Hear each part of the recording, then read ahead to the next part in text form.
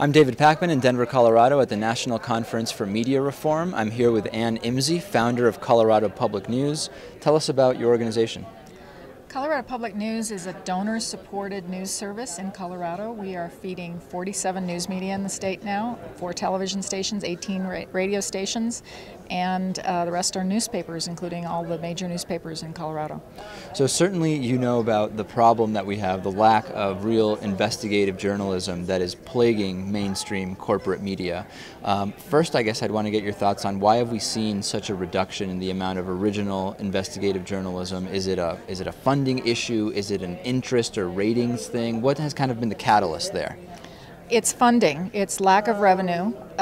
In Colorado, we've lost 2/3 of our journalists in the last four years, and the same thing is happening at the state and local level all over the country.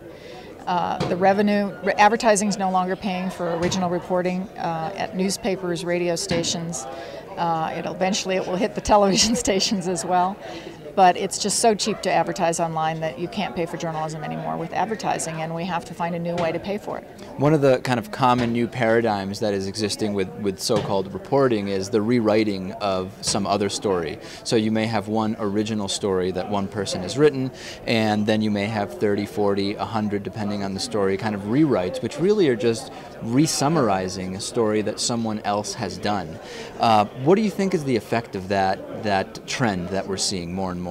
I think the problem is the lack of the original reporting, which is why we're concentrating on stories that our media members say they can't get anymore. They can't finance them themselves. It's the in-depth reporting. It's not even just the heavy-duty investigative. It's the story that takes a week, that's in-depth, that has some expertise behind it on covering healthcare or the environment or education.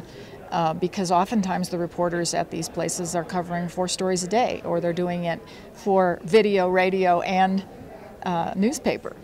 And you just can't do an in-depth job that way, and that's why so much of this stuff is being regurgitated from somebody else. Seems one of the other problems also would be that for people who aren't taking the time to really look at the details and see that 5 or 7 stories about a particular event that they're reading are really all sourced from the same original report, it could generate the idea in people's minds that there is lack of controversy or divergent opinions about that event, right? Because if you read 7 stories and you say, seems like basically everybody sees it the same way, this must be the true story.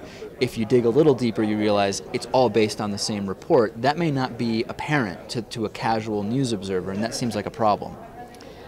There's been a study that looked at news in Baltimore, and they found that something like 85% of the news reports were essentially rewritten press releases, which is basically, as one of the speakers here says, the power speaking to the people. It's corporations and organizations and the government telling you what to think. Sure. It's not journalists digging up what somebody doesn't necessarily want you to know. Right. And we see that in the ratio of PR people to journalists, which has gotten very much out of whack over the last years. Exactly. So what do you think the role of independent and alternative media is going forward? What's the best use of the often limited resources that alternative media outlets have to kind of counter this problem? Well, we've figured out that we can reach a lot more people through the traditional media, which are hungry for news, which know they have not enough staff and not enough expert staff to be covering these issues. For example, in Colorado, our media members say we know we're not covering oil and gas development in Colorado well enough because it's a huge issue.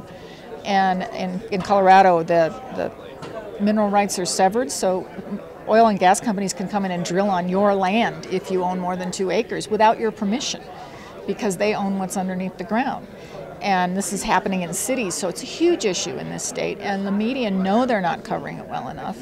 And we could do it for them, we just need to raise the money to cover oil and gas and other kinds of energy development. Like with many things, it comes down to funding, as is often the case. Yes. I've been speaking with Imse. She is the founder of Colorado Public News here in Denver, Colorado at the National Conference for Media Reform.